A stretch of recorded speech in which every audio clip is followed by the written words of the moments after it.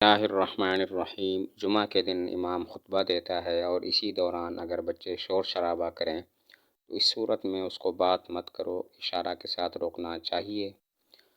مطلب یہ ہے کہ خطبہ کے دوران بچے اکثر شرارتیں کرتے ہیں اور باتیں کرتے ہیں، تو کوئی شخص اگر انہیں چپ کرانے کے لیے اشارہ سے یہ کہے کہ چپ کر جاؤ، تو ایسا کرنا ٹھیک ہے یا نہیں ہے؟ جواب یہ ہے کہ اس میں تھوڑی سی تفصیل ہے کہ اگر تو خطبے والا جو خطیب صاحب ہے، خطبہ کے دوران اگر بچے شور شرابہ کریں تو ان کو زبان سے بھی روک سکتا ہے اور اشارہ کر کے بھی روک سکتا ہے، لیکن جو دیگر لوگ ہیں ان کو زبان سے یہ کہنا، یعنی اپنی زبان سے وہ بچوں کو چپ کرائیں اور کہیں کہ تم چپ کر جاؤ، یہ تو بالکل جائز نہیں ہے۔ البتہ اشارہ کے ساتھ ان کو چپ کرانے کی بات کر سکتا ہے۔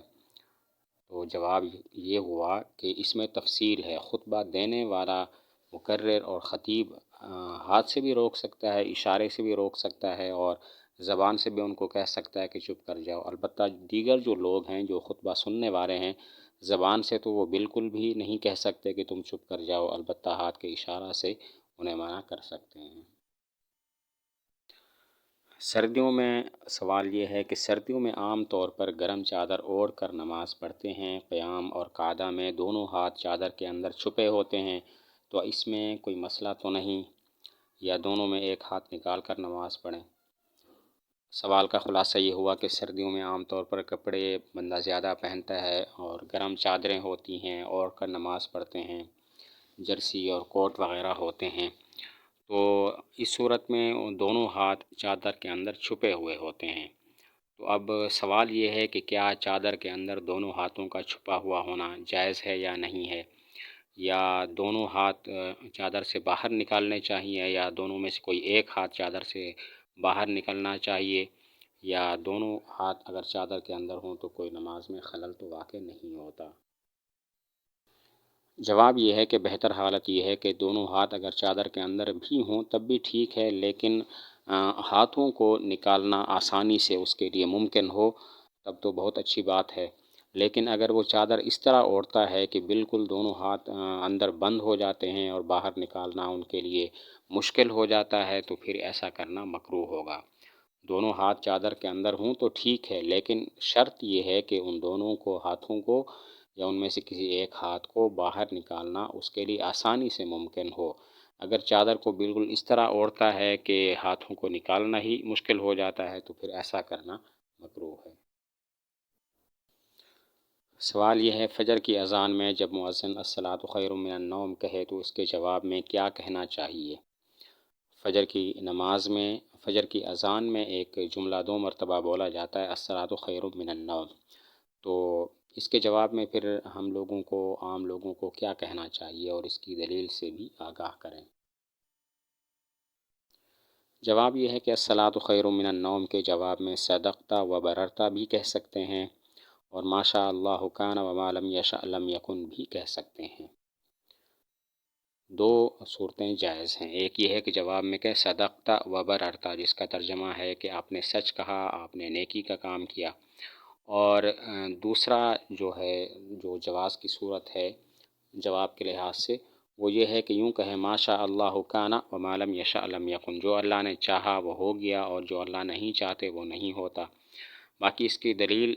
عمدۃ القاری کتاب میں یہ لکھی ہوئی ہے، الا انہ یقول فی لفظ الاقامۃ ادامہ اللہ و ادامہ، اقامہ اللہ و ادامہ۔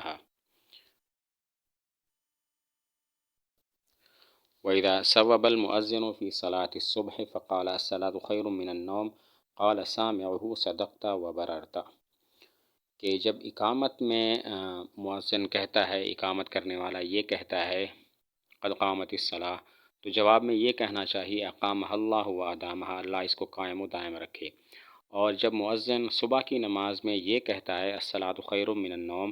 تو جواب میں پھر یہ کہنا چاہیے صدقت و بررت۔ سوال ہے میرے شوہر کا گزشتہ ماہ انتقال ہو گیا ہے، ان کی عمر 54 سال تھی، میرے شوہر نے 42 سال سے روزے نہیں رکھے، جس میں سے 13 سال سے منہ کے کینسر میں مبتلا تھے۔ اس عرصہ میں نماز کی ادائیگی ہوئی بھی ہے اور نہیں بھی ہوئی۔ میرے شوہر کی جائیداد میں ایک گودام تھا جو ان کے انتقال کے بعد ابھی بچا ہے اس کی رقم سے روزے اور نماز کا فدیہ کس طرح اور کس کو دیں۔ شوہر نے فدیہ کی وصیت نہیں کی۔ خلاصہ یہ ہے کہ شوہر کا انتقال ہو گیا تو ان کے ذمے جو نمازیں ہیں وہ رہتی ہیں، وہ انہوں نے نہیں پڑھی، تو نمازوں کا فدیہ ادا کرنے کی کیا صورت ہوگی؟ ان کے ترکہ میں کچھ مال بچا ہے، اس ترکہ میں سے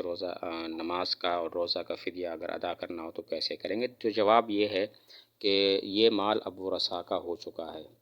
ورثاء میں اگر سارے کے سارے بالغ ہیں تو پھر اگر وہ باہمی رضامندی سے فدیہ دیتے ہیں تب تو ٹھیک ہے، اور اگر ان میں سے کوئی ایک ایسا بھی نکل آئے جو رضامند نہ ہو تو پھر کسی کی طرف سے بھی جائز نہیں ہوگا کہ وہ مشترکہ مال سے روزے کا اور نماز کا فدیہ ادا کرے۔ البتہ اپنے حصے کی وراثت اس کو اگر مل جائے جو فدیہ دینے پر تیار ہو تو اپنے وراثت والے حصے سے فدیہ ادا کر سکتا ہے، اور اگر سارے اتفاق کر لیتے ہیں کہ وہ مرحوم ایسا ہے کہ اس کی طرف سے فدیہ ادا ہونا چاہیے تو مشترکہ جائیداد کی تقسیم سے پہلے بھی روزوں کا فدیہ اور نماز کا فدیہ ادا کیا جا سکتا ہے، لیکن شرط یہی ہے کہ آپس میں ان کا اتفاق ہو جائے فدیہ کی ادائیگی پر۔